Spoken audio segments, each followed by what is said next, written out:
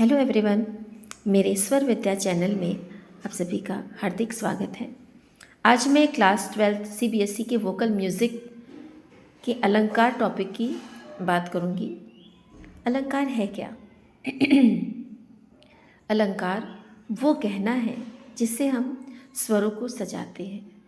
जिस तरह से हम ड्राइंग में अलंकार बनाते हैं, हम हिंदी में शब्दों को चेंज करके अलंकार बनाते, शब्दों से अलंकार बनाते हैं, अलग अलग अलंकार। उसी प्रकार संगीत में हम स्वरों से अलंकार बनाते हैं।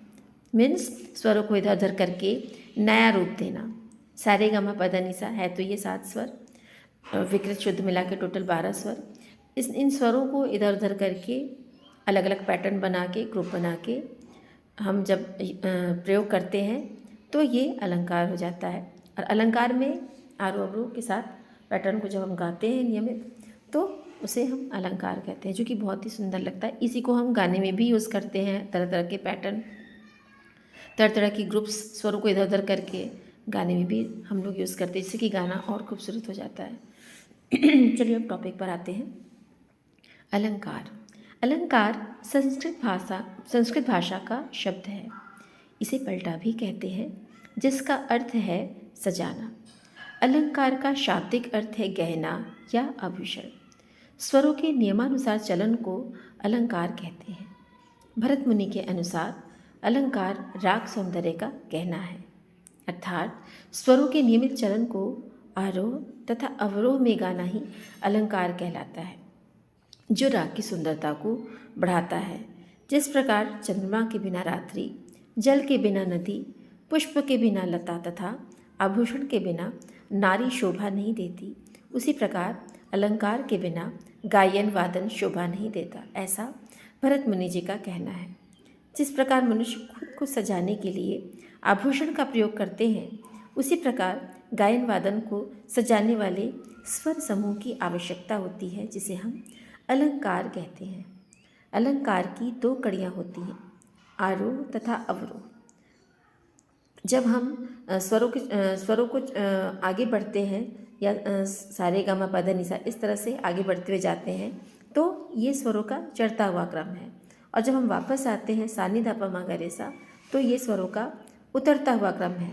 अलंकार में हम आरोह और अवरोह दोनों ही गाते हैं, तब एक अलंकार हमारा कंप्लीट होता है। अलंकार के प्रकार।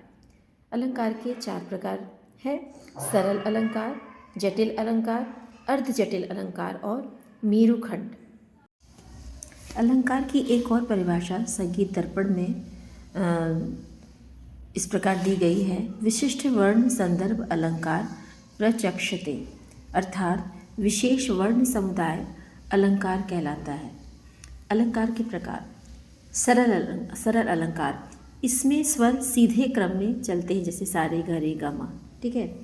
जटिल तथा अर्ध जटिल अलंकार, इसमें स्वर को थोड़ा सा कठिन बना दिया जाता है, इधर उधर कर दिया जाता है, पैटर्न उलट पुलट करके ग्रुप्स बना दिए जाते हैं। इसमें स्वरों का पैटर्न अधिक उलझा हुआ होता है तथा कठिन हो जाता है, जैसे सागर रेमा गपा माधा या सागर रेमा गपा माधा।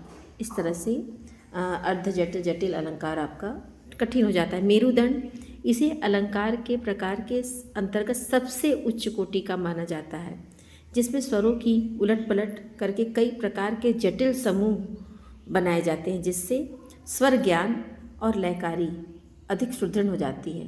इसमें अलंकार गणितीय पैटर्न पर आधारित होते हैं, जैसे सारे गा सागर रे सागा, ठीक है।